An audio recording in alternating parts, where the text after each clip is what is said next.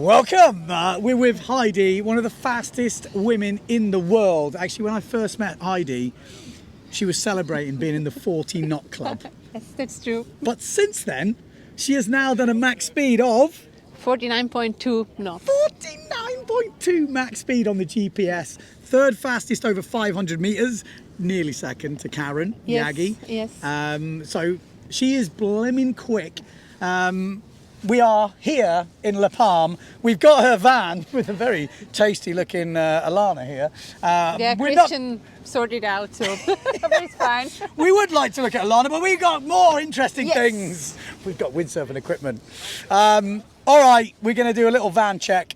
You've got a lot of nice looking shiny stuff in here. What do you have? Well, let's talk through most of it, but obviously the speed stuff we're going to concentrate on. Talk us through from big to small.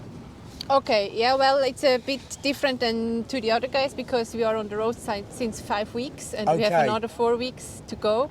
So we bring our kite, our paddle, our wave, our slalom and our speed gear. Okay, so you got the lot. Yes. But for speed, we have the 43 Speedboard in here. Okay. It's the big one.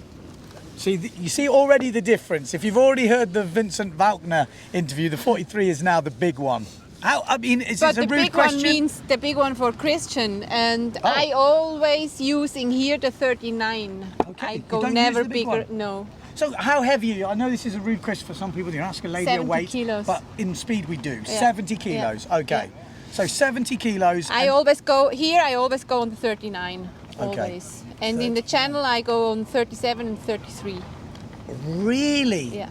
Whoa. So how much volume? Do you know volume? Yeah, it's 49 liters. 49 litres. Okay, so 39 wide, 49 litres. What fin do you use in this? 18. 18. 18 Nolo fins always. That's yeah. tiny. Before I was on Z fin, I always was a bit bigger, but these Nolo fins, I really like them. Okay, so you can go smaller. Yes, obviously, I go smaller. Asymmetrical, obviously. Yes, I mean, of course. that is, I don't know if the camera's going to do it justice, but I know I just said the size, but it that's a looks tiny smaller. little small I mean, that is just absolutely minute. Yeah. It's like a wave fin. Yeah. But also Christian, he's 103 kilo, always on the 43, and he's always on a 19 and a half or 20. Okay. Always. And he also did 49.8 here in La Palma, so it's also... It's a quick van then. There's a team going on here. There's a quick van going on. So that's interesting. So your big speedboard is a 39. For open sea. For open sea, yeah, okay. Yeah, exactly.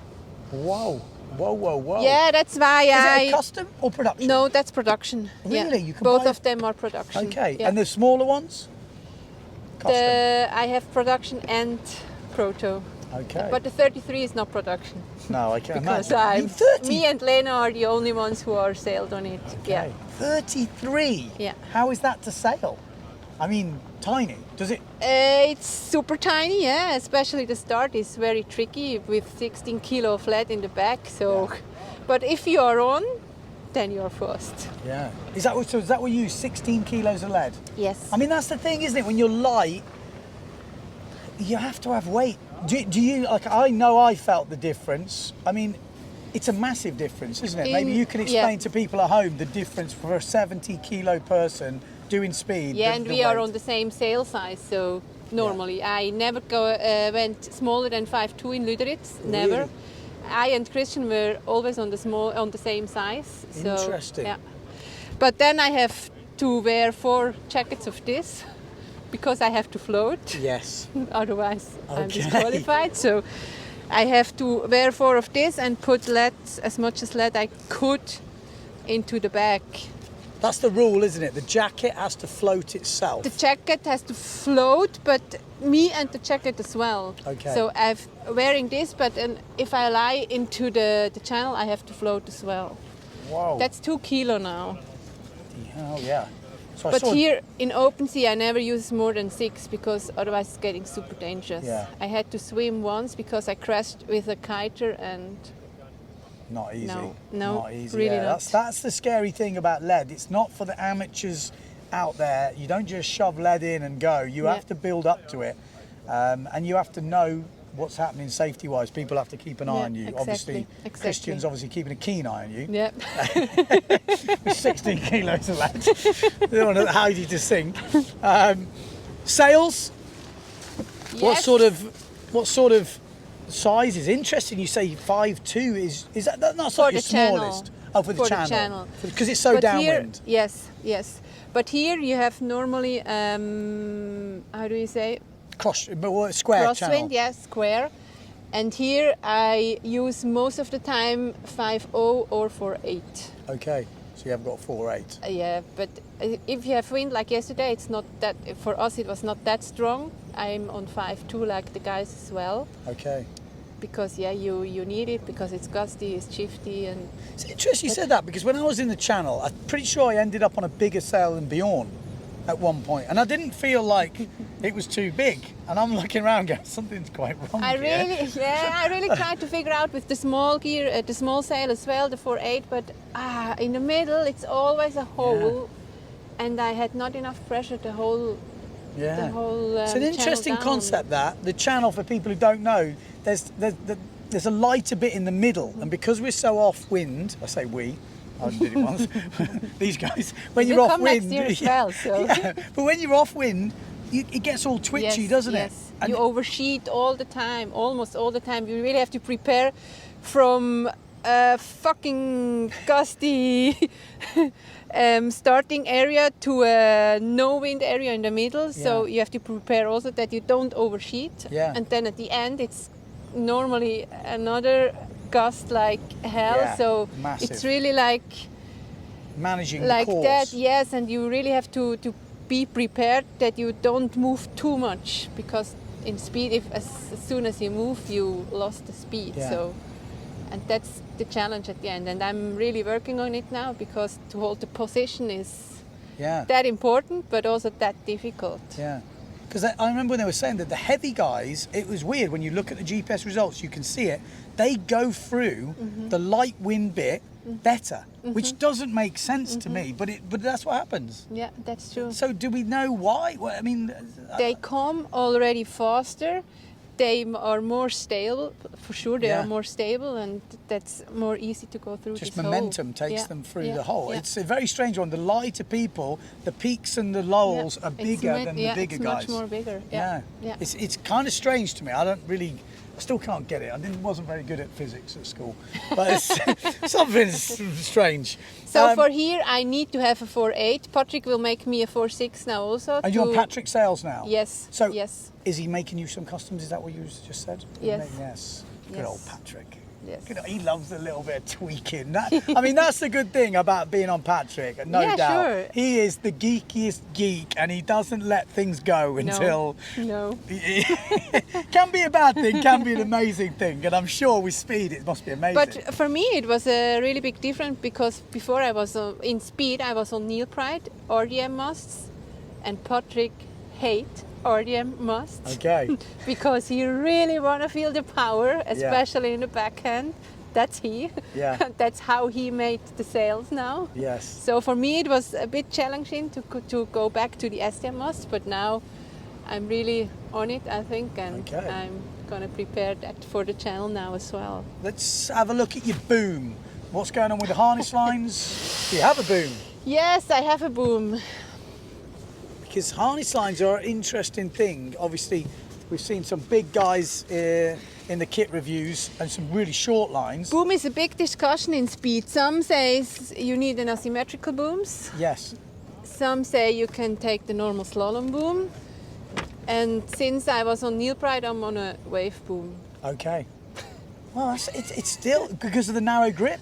Yeah, because of the narrow grip, and it makes not that, in my opinion, it makes not that much different for opening the sail. Yeah. So, and harness line, I'm really a special one, I think, because I have 22 to 28. 22 inch. Yes. Well, I don't know. Like speaking to the boys, they go small. They're Vincent, yes. Yeah. Hans, I think Hans, also. yeah. But all the guys who came from slalom, long. They are. Yes. I'm long. I'm a long person. Laufer was shouting at me, shorten your lines, shorten your lines. I'm like, I don't want to. I'm too scared. Yeah. It's scary. Because in slalom it's totally different. You need a totally different stance. You need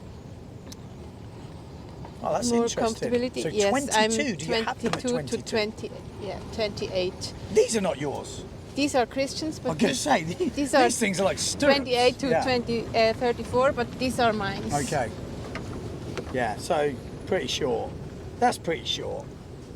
That's pretty short. That would scare me. I'm working on it to make it them a bit longer now because for my stance it's a bit better to go out, especially in the upper body. Yes. Because as soon the wind is coming, I'm still doing like the slalom. Yes. Guys.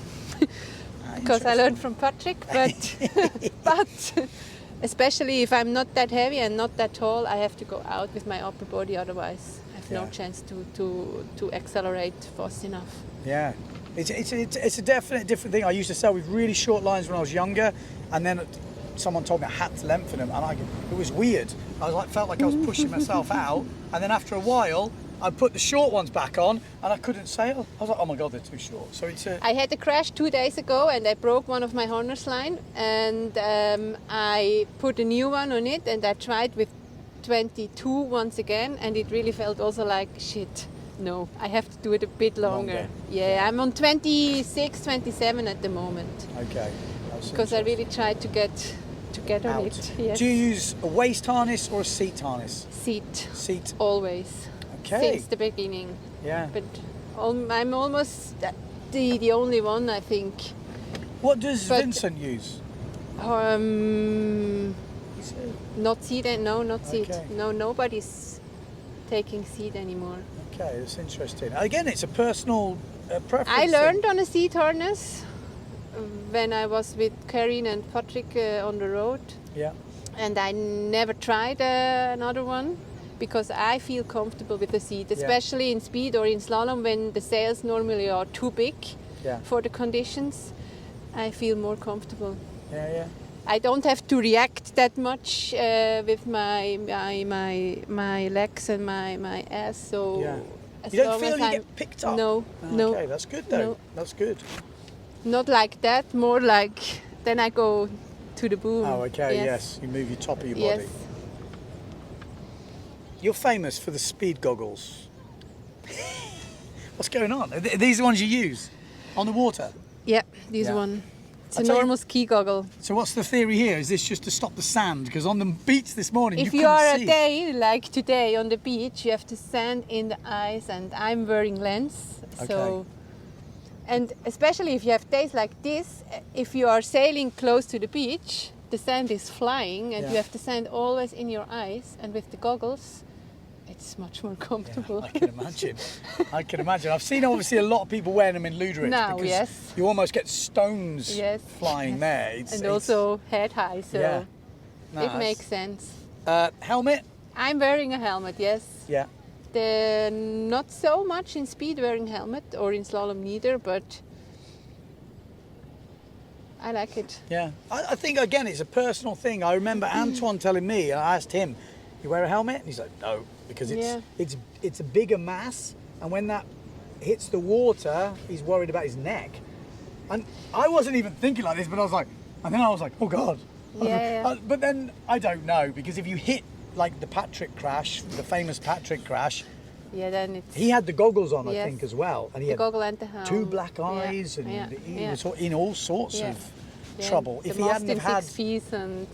I mean, the picture I saw of his remember gear, it. You could have put it in a little box and sent it home. But they crashed same yesterday, Gunnar and Twan. Really? Yeah. And Liam, I think, as well.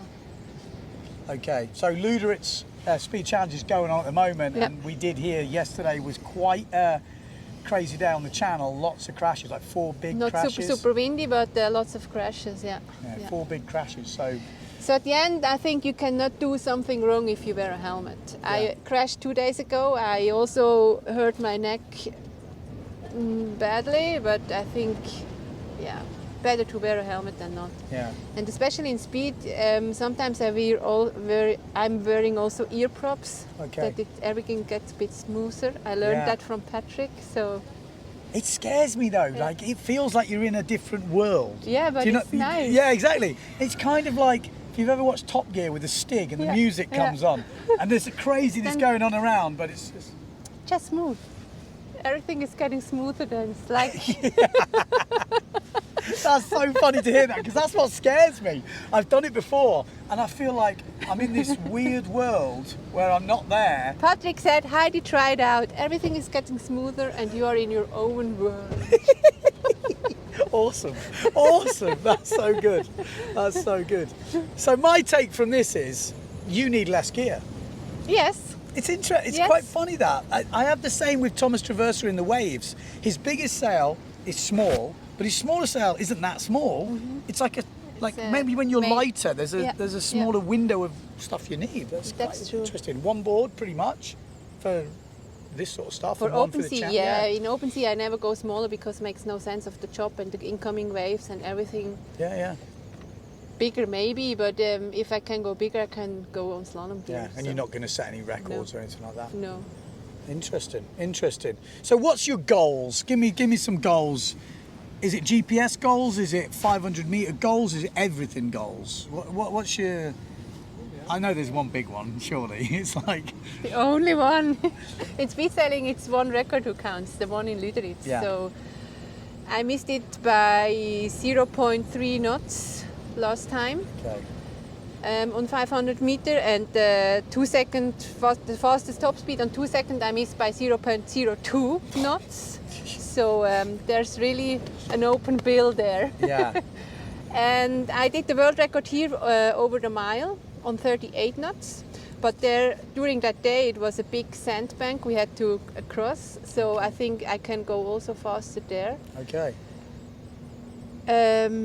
Yeah, these are the two goals. And the 50, sure. And the 50, yes, in top speed. yeah, I think I can do it if Yeah. everything goes fine. What's your top speed now? 49.2. Yeah, well, there you go. That Just should one- be possible, yeah. From 2017 to 2019, I improved by 6 knots. I will not doing the next improvement by 6 knots, but I think if I work now 1 year hard on it, and I know on what I have to work, I know exactly. So Lüderitz next year? Yes, Nice. Look forward to it. yes. You too? I might do. I might try. You too, Wilma? I might try. Yes. We might go to Lüderitz. Let's go cover You have Lüderitz. to do it once in a lifetime. Yeah, if you want us to cover Lüderitz, Yes, please. let us know in the comments.